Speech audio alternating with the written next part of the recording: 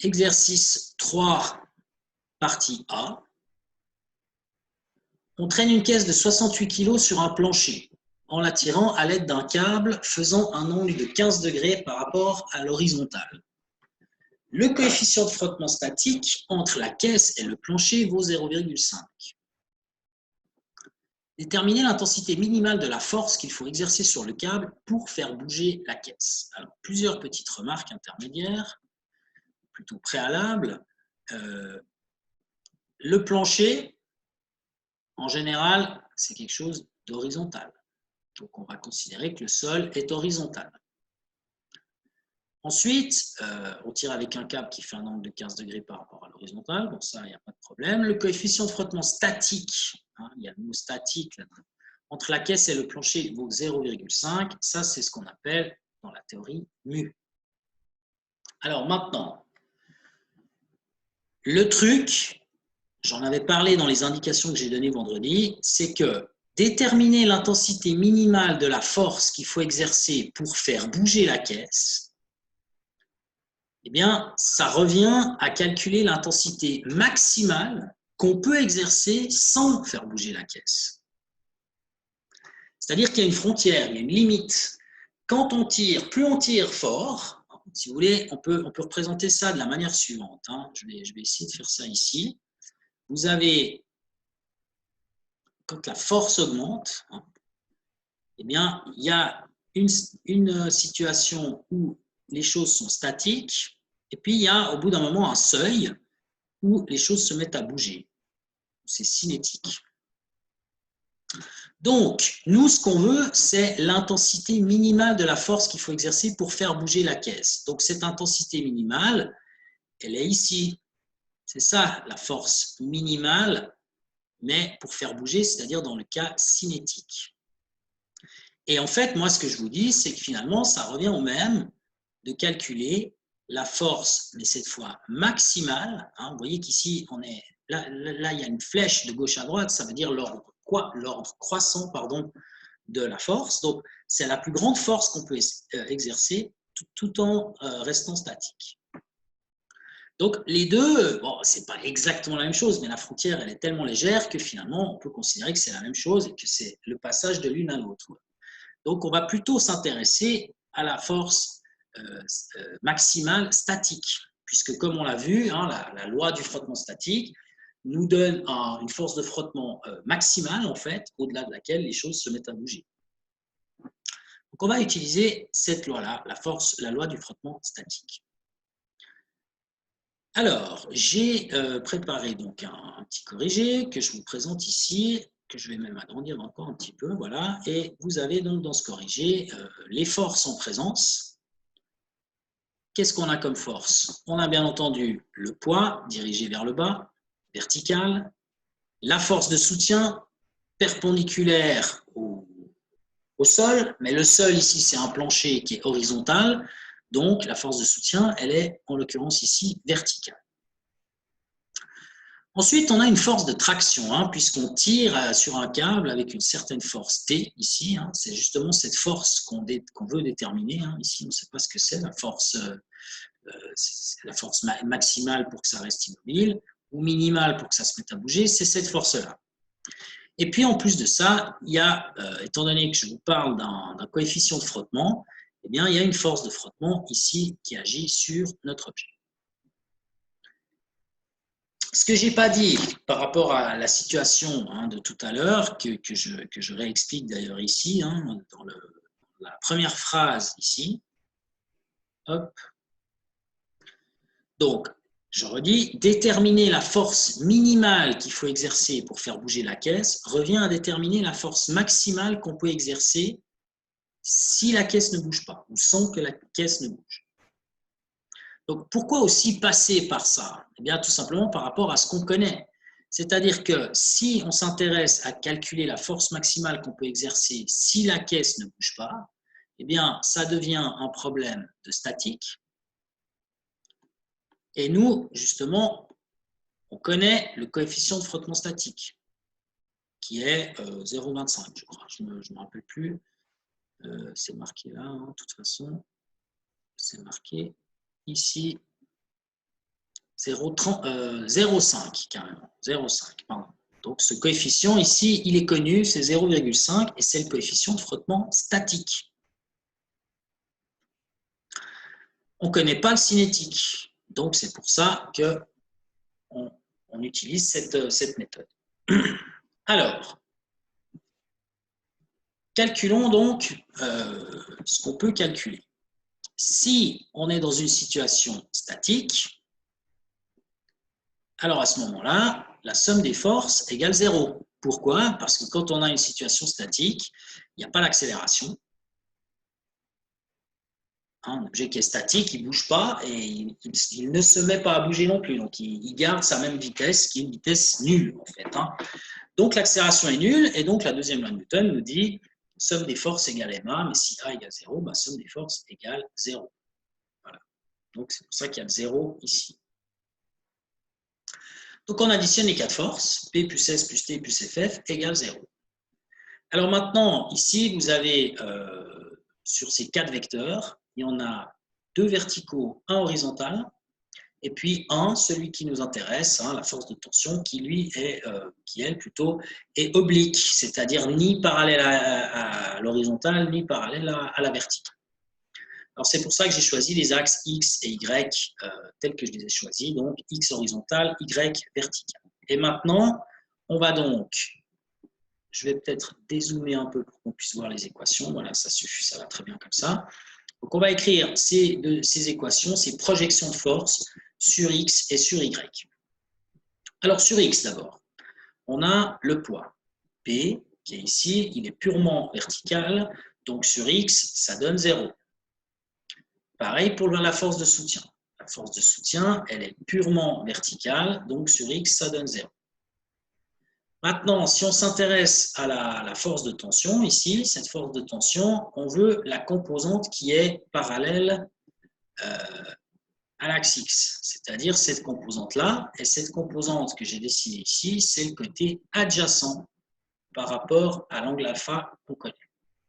Donc, qui dit adjacent dit cosinus, d'où la présence du T fois cosinus alpha dans la formule ici, pour la tension. Il nous reste la force de frottement qui est dirigée à l'envers par rapport à X, en fait, donc moins la force de frottement ici. Une fois qu'on a écrit tout ça, je vous propose de nettoyer le tout, donc d'enlever les deux zéros qu'il y a ici, et donc de passer aussi la force de frottement de ce côté, de manière à obtenir ce qui est là en dessous. La force de frottement est égale à T fois cos alpha. Alors, là-dedans, c'est une équation avec deux inconnus. Donc, pour l'instant, on ne peut rien en faire. On ne connaît ni la force de frottement, ni la force de tension. Alors, voyons s'il n'y a pas quelque chose à faire avec les autres forces. Bien entendu, on sent qu'il y aura quelque chose. Alors, pour ce qui est les autres forces, c'est regardons ce qui se passe sur Y maintenant. Donc, le poids, il est dirigé vers le bas. Y, je l'ai choisi contre en haut, donc ça donne moins P, la composante sur Y. Pour le soutien, c'est plus S, puisque S va vers le haut comme Y. Et maintenant, je m'intéresse à la composante verticale de la force de tension, c'est-à-dire cette petite partie-là. Si on imagine la projection de la force de tension sur l'axe Y, cette partie-là, c'est le même côté que celui qui est ici. Je devrais peut-être changer de couleur au bout d'un moment, parce que là, on commence à plus rien voir du tout. Donc, ce serait cette partie-là. Ça, c'est le côté opposé. Qui dit opposé dit sinus, en fait. Et donc, cette composante-là, qui est dirigée vers le haut, comme l'axe Y, c'est donc plus T sinus alpha. Il reste une dernière force, qui est la force de frottement, mais cette force de frottement, elle est horizontale, donc sa composante selon Y, qui est verticale, c'est 0. Le tout égale 0 puisque c'est statique. Donc encore une fois, ici, je nettoie cette équation. Et mon but, c'est de sortir, vous allez tout de suite comprendre pourquoi, c'est de sortir S. Pourquoi sortir S? Parce qu'en fait, là-dedans, c'est une équation avec deux inconnus, S et puis T. Donc, j'exprime une des deux inconnues en fonction de l'autre. Tout comme ici, on ne connaît pas ni FF, ni T. Vous voyez que là, on se retrouve avec deux équations. Pour l'instant, il y a trois inconnus. Ces inconnus sont la force de frottement, la force T, et puis le soutien. Donc, deux équations, trois inconnus, on ne peut pas faire grand-chose. Maintenant, il nous faut autre chose. Alors, cette autre chose, eh bien, c'est ce que j'ai mis ici. Donc, cette autre chose, c'est la loi du frottement statique, celle qui relie la force de frottement avec S. Et la loi du frottement statique, c'est FF est plus petit ou égal à mu fois S, où mu, c'est le coefficient de frottement statique. Donc, l'idée maintenant, c'est de prendre, cette expression pour la force de frottement et de la remplacer là-dedans, et puis de prendre l'expression pour S qu'on a réussi à sortir de l'équation sur Y et de la remplacer là-dedans. Comme ça, on va s'affranchir de deux inconnus parmi les trois, c'est-à-dire FF et S. Alors, ça, c'est ce que j'ai fait à l'étape du dessous. Ici, vous avez FF qui vaut T cos alpha. C'est ça, ce qui est en bleu. Et ça, c'est plus petit ou égal à mu fois la force de soutien. Et la force de soutien, après avoir nettoyé l'équation sur Y, on avait trouvé mg moins T sinus alpha. Donc, c'est ce qu'il y a ici. mg moins T sinus alpha. Tout ça, c'est lié ensemble. Donc, on a cette équation-là. Alors maintenant, dans cette équation, vous voyez qu'il n'y a plus qu'une seule inconnue, et cet inconnu, c'est T. Mais ce T, il apparaît à deux endroits. Donc maintenant, ce qu'il faut faire, tout reste connu. Hein. Alpha, on le connaît. Mu, on le connaît. M et G, on connaît. Donc maintenant, il n'y a plus qu'à réarranger cette inéquation de manière à trouver T, en fait. Alors, ça, c'est ce que j'ai fait à la page suivante. Ici. Donc, ce que je fais, je commence par distribuer, en fait, ici, je distribue la parenthèse, donc mu mg d'une part, et puis d'autre part, mu fois moins t sinus alpha. Donc, j'enlève cette parenthèse, je distribue, et j'obtiens le résultat que vous avez tout en haut de la page ici. Alors, à gauche, je vais faire ça en jaune, hein. Vous avez toujours t cos alpha, et puis à droite, maintenant en ayant distribué, vous avez mu mg d'une part, moins mu t sinus alpha d'autre part. Alors, mon but c'est de trouver t tout court. Donc, il faut mettre tous les t du même côté. Donc, je vais passer ce terme de l'autre côté. Donc, il y avait moins mu t sinus alpha, donc en réalité, je fais plus mu t sinus alpha. Et donc, je trouve l'équation qui est ici, c'est-à-dire t cos alpha plus mu t sinus alpha. Et donc, tout ça, c'est plus petit ou égal à ce qui reste, c'est-à-dire mu mg. Ensuite, ce t, il apparaît deux fois. Une fois dans la première, une fois dans la deuxième. Là et là. Je peux donc le mettre en évidence et je vais donc le multiplier par cos alpha, ici. Et puis, pour la deuxième, que je fais en bleu, il reste mu sinus alpha, on le retrouve ici. Et puis, toujours plus petit ou égal à mu mg à droite. Alors maintenant, j'ai t multiplié par une parenthèse et plus petit ou égal à quelque chose. Alors, l'idée là-dedans, c'est de se séparer de cette parenthèse. Et donc ici, c'est la dernière étape, consiste à diviser par le contenu de la parenthèse, c'est-à-dire par cos alpha plus mu sinus alpha. Et donc, j'ai divisé par cette parenthèse, ça passe de l'autre côté, et j'obtiens donc le résultat en rouge, là, que je dessine maintenant, c'est-à-dire une inéquation pour t.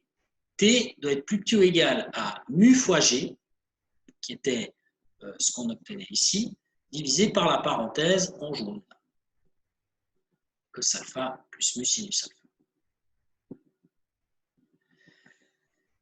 Donc, tant que la tension est plus petite ou égale à cette valeur, on est dans une situation qui est la situation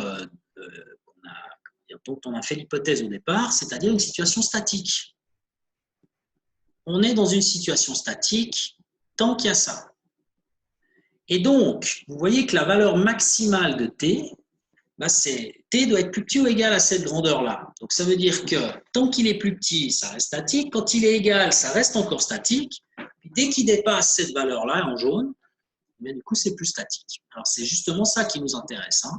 Ce que j'ai écrit ici, la valeur maximale de t que l'on peut exercer alors que la caisse reste statique, c'est donc cette valeur-là. T max, c'est mu mg, ça dit un peu le chenille, j'efface, hein, hop, mu mg sur cos alpha plus mu sinus alpha. Et puis là, maintenant, on calcule. Alors, calculons. Donc, mu, c'est 0,5, c'est le coefficient de frottement statique. La caisse, elle fait 68 kg. 68 kg. G, on connaît, c'est 9,81, donc on met 9,81. Ensuite, l'angle alpha, il vaut 15 degrés. Donc là, on met cos de 15 pour l'angle alpha, et puis pour sinus alpha, ici, on met sinus de 15. En n'oubliant pas le mu qui est en rouge ici. Hein. Donc, le mu que vous avez ici, c'est toujours 0,5, c'est le même que celui qui est en dessus de la barre. Donc, on fait tous ces calculs, et à la fin, on trouve une force de traction maximale qui est de 304,5 newtons. Donc, ça veut dire en fait que tant que cette force est plus petite que 304,5 newtons, ou même 304,5 newtons, ça ne bouge pas. Et donc, du coup, si, on va quand même écrire une petite phrase, hein, voilà, tac, si T est plus grande que 304,5 newtons, alors la caisse bouge. Voilà. Donc finalement, cette valeur, hein, c'est aussi la valeur minimale qu'il faut imprimer pour que ça bouge. Peut-être un poil plus que 304,51 par exemple. C'est vraiment la frontière entre le cinétique et le statique.